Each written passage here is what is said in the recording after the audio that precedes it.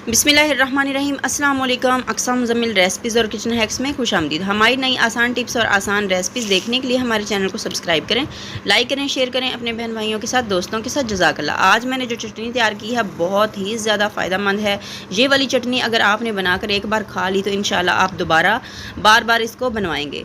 तो आज की जो रेसिपी है ये चटनी की है, और क्योंकि ये गर्मी के मौसम में चटनी जो है हमारे हाजमे को दुरुस्त करती है, हमारे मैदे को फिट रखती है, ठंडा रखती है, और ये चटनी आपने लाजमी बनानी है। और चलते हैं रेसिपी की तरफ। बिस्मिल्लाहिर्रहमानिर्रहीम। यहाँ पर देखें, ये मैंने कुंडी और डंडा जो है इसके अंदर मैंने बनाई है चटनी, क्योंकि कुंडी डंडे से अगर चटनी बनाई तो इसकी तासीर ठंडी हो जाती है। तो आप अगर ब्लेंडर में या ग्राइंडर में बनाना चाहते हैं तो बना सकते हैं। तो यहाँ पर देखें, सबसे पहले मैंने 3 से 4 चम्मच लिया है अनारदाना, और अनारदाना हमने धोकर इस्तेमाल करना है क्योंकि इसके अंदर मिट्टी काफ़ी ज़्यादा होती है। इसको अच्छे तरीके से पीस लेते हैं। तो इसको बिल्कुल हमने अच्छे तरीके से पीस लेना है। इसके जो बीज वगैरह हैं अच्छे से इनको पीस लेना है। अब हम इसमें डालेंगे 1 टीस्पून ज़ीरा है, 1 टीस्पून ही कलवंजी है, और 1 टीस्पून ही इसके अंदर हम डालेंगे खुश्क धनिया। थोड़ी सी ज़्यादा भी डाल सकते हैं। तो ये तकरीबन 1.5 चम्मच होंगी जो खुश्क धनिया है। तो इनको भी अच्छे तरीके से हम पाउडर बना लेंगे, बहुत ही अच्छे तरीके से इनको पीस लेंगे। ये जो सारी चीज़ें हम इस्तेमाल कर रहे हैं ये सारी ही हमारे लिए बहुत ही ज़्यादा फ़ायदेमंद होती हैं, हाजमे को बिल्कुल फिट रखती हैं। तो यहाँ पर मैंने 4 से 5 हरी मिर्चें ली हैं, और ये थोड़ी तीखी वाली हरी मिर्चें हैं। अगर आप दूसरी वाली हरी मिर्चें इस्तेमाल करें जो हम अचार के अंदर डालते हैं तो फिर आप थोड़ी ज़्यादा भी डाल सकते हैं। तो इनको भी पीस लेते हैं अच्छे तरीके से। तो ये थोड़ी पीसनी मुश्किल होती है लेकिन पीस जाती हैं। अब यहाँ पर मैंने ली है तकरीबन 1 इंच 1.5 इंच का टुकड़ा होगा अदरक का, और तकरीबन 7 से 8 जो हैं कलियाँ वो लहसुन की हैं। इनको भी हम इस तरह से पीस लेते हैं। ये जो चटनी है हमारे मैदे के लिए बहुत ही अच्छी है, और गर्मी के मौसम में आपने ये लाजमी इस्तेमाल करनी है। तो यहाँ पर एक मैंने ली है कच्ची आम, जो केरी होती है, कच्चा आम जो होता है उसको, अगर आपके पास कच्चा आम ना हो तो आप इसको स्किप भी कर सकते हैं, लेकिन अगर हो तो आप इसको लाजमी डालिएगा।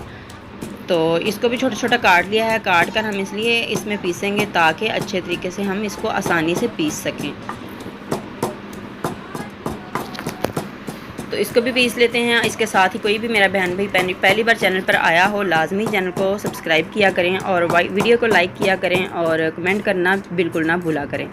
तो ये जो हमने जितनी चीज़ें पीस ली थी इनको निकाल लेते हैं, क्योंकि बाकी की जो चीज़ें हैं वो भी आसानी से पीस सकेंगी।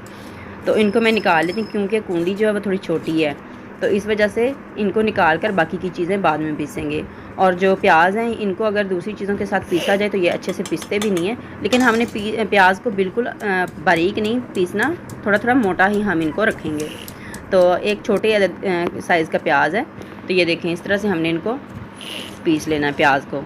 तो प्याज को हमने बारीक काट कर फिर पीसना है, जैसे कि मैंने आपको दिखाया है कि छोटा छोटा मैंने इसको काट लिया था और इसके बाद हमने इसको पीस लिया है। अगर आप इसको ब्लेंडर में बनाएंगे ना तो बिल्कुल ये पानी जैसा हो जाएगा, तो ब्लेंडर में आप इसको ना बनाइएगा, इसी तरह से कुंडी डंडे में ही आप इसको बनाइएगा। अब यहाँ पर देखें, मैंने एक तकरीबन बड़ा पंच होती है ना मुट्ठी, वो मैंने पुदीने की ली है, और बड़ी मुट्ठी ही मैंने धनिया की ली है। दोनों चीज़ों को अच्छे से साफ़ करके धोकर इस्तेमाल किया है, और पानी वगैरह इसके अंदर से निचोड़ दिया था अच्छे तरीके से, टोकरी में रख दिया था ताकि अच्छे से खुश्क हो जाए।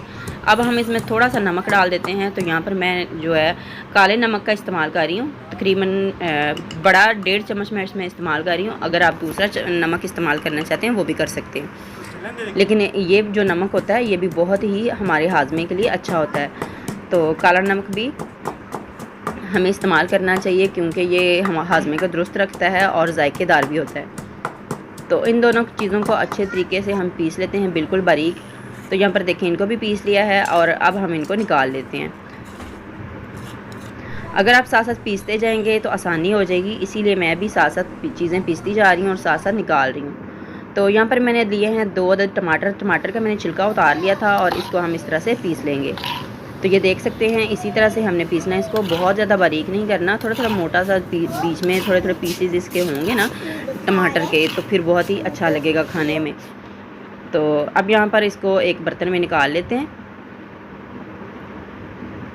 तो अब ये मैंने बड़ा सा बाउल ले लिया है, क्योंकि सारी जो चीज़ें हैं इस बाउल में सेट नहीं हो रही थी, तो मैंने कहा इसको बड़े बाउल में डालकर सारी चीज़ें मिक्स कर लेते हैं। तो इसमें क्योंकि हमने और भी चीज़ें इस्तेमाल करनी है और भी चीज़ें ऐड करनी है, तो यहाँ पर मैंने इमली ली थी तकरीबन 1 छटांग के करीब इमली होगी। इसको मैंने पानी में भिगो दिया था और भिगोने के बाद इसका जो पल्प है वो निकाल लिया और इसकी जो गुठलियाँ थी इनको अलग कर दिया और ये भी इसके अंदर मिक्स कर दिया है। और अब यहाँ पर मैंने एक लीमू लिया है, लीमू भी इसके अंदर इस तरह से निचोड़ देंगे। तो अगर आप ज़्यादा खट्टा इस्तेमाल नहीं करना चाहते आप लीमू को स्किप भी कर सकते हैं, लेकिन जितनी भी चीज़ें हमने इसमें डाली हैं सारी की सारी हमारे हाजमे के लिए बहुत ही ज़्यादा अच्छी हैं। तो अब इनको अच्छे तरीके से हम मिक्स कर लेते हैं। यकीन करें ये देखने में ही इतनी मज़ेदार चटनी लग रही है और खाने में तो और भी ज़्यादा ये टेस्टी है। आप इसको दही वाले रायते में भी इस्तेमाल कर सकते हैं, दही के अंदर रायता जो हम बनाते हैं उसके अंदर भी इस्तेमाल कर सकते हैं, सलाद के अंदर इसको डालकर मिक्स करके भी खा सकते हैं। इंशाल्लाह आपको बहुत ही ज़्यादा ये पसंद आएगी। समोसे पकौड़े के साथ भी आप इसको इस्तेमाल कर सकते हैं। तो इंशाल्लाह मुझे उम्मीद है आपको आज की चटनी की रेसिपी बहुत ही ज़्यादा पसंद आई हो। लाइक शेयर कमेंट कीजिएगा। अल्लाह ताला आपको और आपकी फ़ैमिली को हमेशा खुश रखे। अल्लाह हाफिज़।